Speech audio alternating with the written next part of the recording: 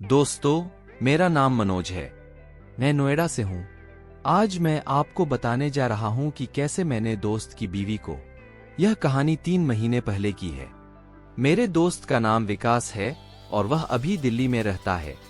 उनके पिता एक सरकारी कर्मचारी है और विकास खुद एक मार्केटिंग मैनेजर है।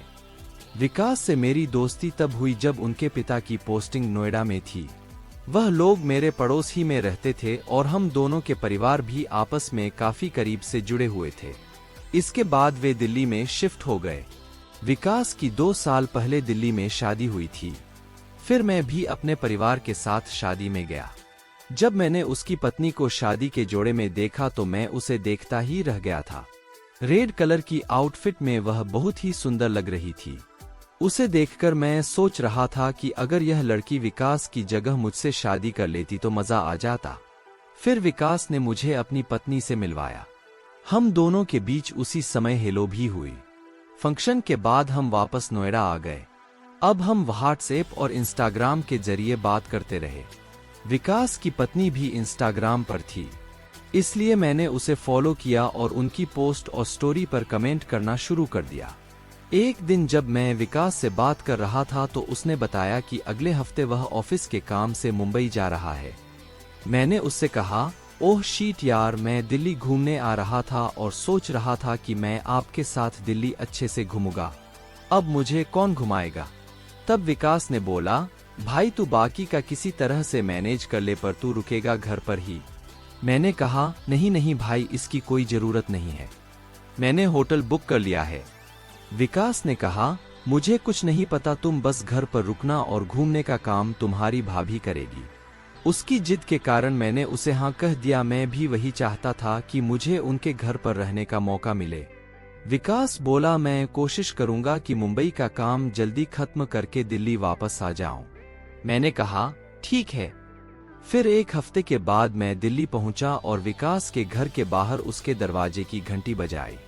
आंटी ने दरवाजा खोला और मुझे अपने सामने देखकर खुश हो गई। आंटी बोली, आ जाओ बेटा, विकास कह रहा था कि तुम आओगे और उसने तुम्हें यही रहने को कहा है। आओ अंदर आओ। मैं अंदर आया और मैंने पूछा, आंटी अंकल और भाभी दिख नहीं रहे हैं? वह बोली, तुम्हारे अंकल बाजार गए हैं और तुम्हारी भाभी वंशिका विकास की पत्नी रसोई में है। तभी आंटी ने पुकारा, देख वंशिका कौन आया है। भाभी बाहर आई और मुझे देखकर बोली, मम्मी यह तो मनोज है। विकास इसकी बहुत तारीफ करता है और उन्होंने मुझसे इनको दिल्ली घुमाने को बोला है। आंटी बोली, बेटा क्या लेगा, चाय या कॉफी? मैंने कहा कॉफी। आंटी ने भाभी को कहा, वंशिका जाओ कॉफी बनाकर लाओ। मैंने वंशिका को किचन में जाते हुए देखा तो पीछे से साड़ी में बहुत सुंदर लग रही थी। मन तो कर रहा था कि अभी, लेकिन किसी तरह मैंने अपने मन को समझाया। वंशिका ने कहा, चलो कॉफी पी लो। जब वंशिका कॉफी देने के लिए झुकी तो मैं उसे देखता ही रह गया। मेरी नजरों का पीछा करते हुए यह बात भाभी ने शायद नोटिस कर ली थी, लेकिन बिना कुछ कहे उसने कॉफी टेबल पर रख दी और वापस चली गई। अभी मैं आंटी से बात ही कर रहा था कि अंकल बाजार से आ गए। दोनों अंकल और आंटी मुझसे नोएडा के बारे में पूछने लगे और मैंने उन्हें सब कुछ बता दिया। फिर अंकल बोले, बेटा फ्रेश हुए या नहीं? तेरी आंटी की बातें खत्म नहीं हो रही है शायद। यह सुनकर हम तीनों हंसने लगे। विकास का घर बहुत ही बड़ा नहीं था। ग्राउंड फ्लोर पर अंकल आंटी का कमरा था और किचन हॉल में था। दूसरी मंजिल पर 2 कमरे थे, एक विकास के लिए और एक गेस्ट रूम था।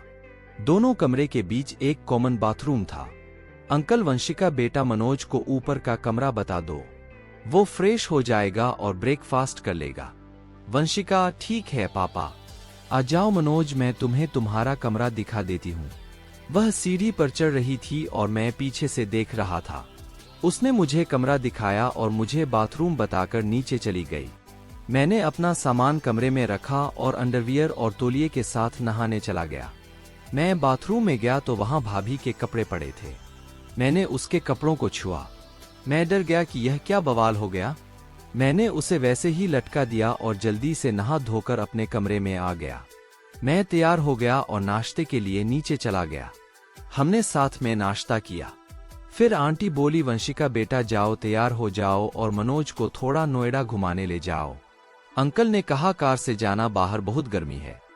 वंशिका ने कहा, पापा हम कार के बिना ही घूम कर आएंगे क्योंकि ट्रैफिक और पार्किंग की वजह से ठीक से घूम नहीं पाएंगे।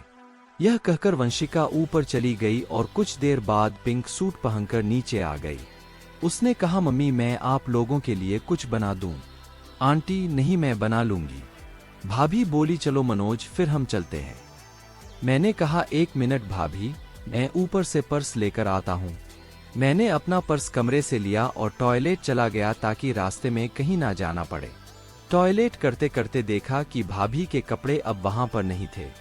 मैं डर गया और सोचने लगा कि भाभी क्या सोच रही होगी। मैं नीचे आया और भाभी के साथ घूमने चला गया। भाभी ने मेट्रो का टूरिस्ट पास ले लिया। मेट्रो में बहुत भीड़ थी, तभी भाभी मेरे आगे थी और मैं उनको पीछे से देख रहा था। अगले स्टॉप पर पीछे से भीड़ और ज्यादा चढ़ने के कारण मैं भाभी से और ज्यादा।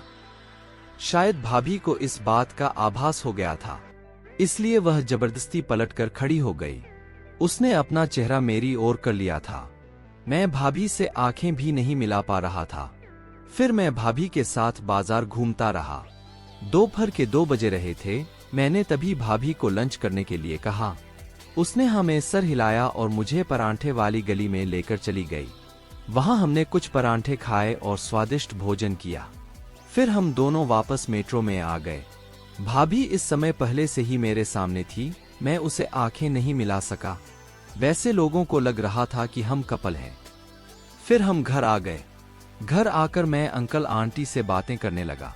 भाभी फ्रेश होकर किचन में खाना बनाने लगी। अंकल, जाओ बेटा, तुम भी फ्रेश होकर आओ, फिर साथ में खाना खाते हैं। भाभी ने यह सब सुन लिया था और उन्होंने मुझे ऊपर जाते हुए देख लिया था। जब मैं बाथरूम पहुंचा तो देखा कि भाभी के कपड़े फिर से वही थे। उनमें से नशीली खुशबू आ रही थी। मैं समझ गया था कि भाभी ने अभी तक कपड़े धोए नहीं हैं। इससे मेरा हौसला बढ़ा और मैं सुनहरे भविष्य की कल्पना करते हुए नहाने लगा। खाना खाने के बाद सभी टीवी देखने लगे और कुछ देर बाद सब सोने के लिए चले गए। मैं भाभी से अभी भी नजरें नहीं पिला पा रहा था। मैं भी अपने कमरे में जाकर सो गया। दिल्ली घूमते घूमते मैं बहुत थक गया था तो गहरी नींद में सो गया था। सुबह उठकर नहाकर मैं नीचे आया। हमने नाश्ता किया और घूमने के लिए निकल गए।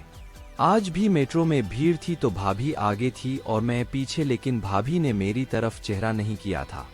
लेकिन भाभी ने कुछ नहीं किया था। शायद उसे भी अच्छा लगा हो आज। ऐसा काफी बार हुआ, लेकिन भाभी हर बार पीछे की तरफ खड़ी थी। शायद मेरे लिए ग्रीन सिग्नल था। मैंने ग्रीन सिग्नल को कंफर्म करने के लिए भाभी से कहा, भाभी मुझे कुछ शॉपिंग करनी है। वह मुझे एक मॉल में लेकर गई जहां मैंने उसके सामने 2 बॉक्सर और एक पैंट शर्ट खरीदी। मैंने कहा, भाभी आपको कुछ लेना है? भाभी बोली, मनोज पहले तो तुम भाभी कहना बंद करो यार, बड़ा अजीब लगता है। आप मुझे वंशिका भी कह सकते हो। मैंने कहा, ठीक है वंशिका, कुछ ले लो। तो उसने कहा, नहीं नहीं मेरे पास काफी ड्रेस है। मैंने कहा, वंशिका मेरी तरफ से गिफ्ट है, प्लीज मना मत करो। वंशिका बोली, ओके ओके मैं गिफ्ट ले लेती हूँ। मैंने बोला, तो फिर क्या लेना है? वंशिका बोली, मैं सूट लूंगी। मैंने कहा, कोई वेस्टर्न ड्रेस ट्राई करूं ना? वंशिका बोली, नहीं नहीं घर में वह सब अलाव नहीं है। मैंने कहा, ठीक है। फिर मैं बोला, वंशिका यह क्या है? यह अच्छा है क्या? फिर वह उसे ट्रायल रूम में लेकर गई और चेक करके वापस आ गई। भाभी ने कहा कि फिटिंग भी सही है।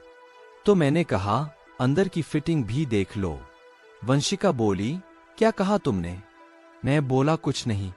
वंशिका मुस्कुराई और बोली, अंदर की चीजें तुम ही पसंद कर लो। मैंने हंसते हुए कहा, सोच लो फिर मना मत करना। मैं जो लूंगा वो सब तुमको रखना होगा। वंशिका बोली, ठीक है। फिर हम दोनों लेडीज सेक्शन में गए। मैं एक नेट वाली मेरी पसंद की नाइटी और साथ में वेस्टर्न ड्रेस की तलाश करने लगा। वंशिका बोली, यह वाली मैं नहीं पहन पाऊंगी। मैंने कहा, अरे यार घर का मैं देख लूंगा। वह कुछ नहीं कह सकी। फिर बिलिंग के बाद हम दोनों घर के लिए निकल पड़े। इस बार मेट्रो में वंशिका ने मुझे ऐसे पकड़ा जैसे मैं उसका पति हूँ। हम दोनों में से किसी में भी कोई को शर्म जाडर नहीं था। घर आने में थोड़ी देर हो गई थी। इसलिए वंशिका आते ही खाना बनाने के लिए किचन में घुस गई। खाना खाने के बाद मैंने अंकल से पूछा, अंकल अगर आप आज्ञा दे तो क्या मैं और भाभी आगरा जाकर ताजमहल देख आए? मैंने भी नहीं देखा है और उन्होंने भी नहीं। वंशिका यह सब सुन रही थी और अचानक यह सुनकर वह चौंक गई। अंकल बोले, बेटा लेकिन अचानक ताजमहल?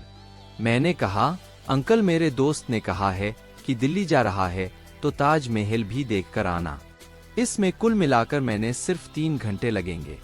आप अनुमति देंगे तो तभी जाएंगे। अंकल ने कहा, ठीक है पर तुम कैसे जाओगे? मैंने कहा, एक कार किराए पर लूंगा। अंकल बोले, तुम अपनी कार में जाओ। मैंने कहा, थैंक्स अंकल, अब सो जाता हूँ, काफी थक गया हूँ। वह मान गए तो मैं ऊपर आ गया। कुछ देर बाद बाथरूम का दरवाजा खुलने की आवाज आई तो मैं समझ गया कि वंशिका फ्रेश होने गई होगी। मैं जल्दी से बाथरूम के पास पहुंचा तो देखा कि अंदर कोई नहीं था। इसी बीच बाथरूम का गेट फिर से खुल गया और वंशिका मुझे अंदर देखकर चौंक गई। मैंने जल्दी से बाथरूम का दरवाजा बंद किया और उसे चुप रहने का इशारा किया। वंशिका ने धीमी आवाज में कहा, तुम यहाँ क्या कर रहे थे? कोई देख लेगा। मैंने कहा, सब सो गए हैं, अब मुझसे बर्दाश्त नहीं होता, प्लीज आओ ना। तब वंशिका ने चुपके से शावर चालू किया तो हम भीग गए। कुछ देर बाद वंशिका अपने आप ही पलट गई। फिर हम दोनों ने। आपको यह कहानी कैसी लगी कमेंट्स में बताएं। धन्यवाद।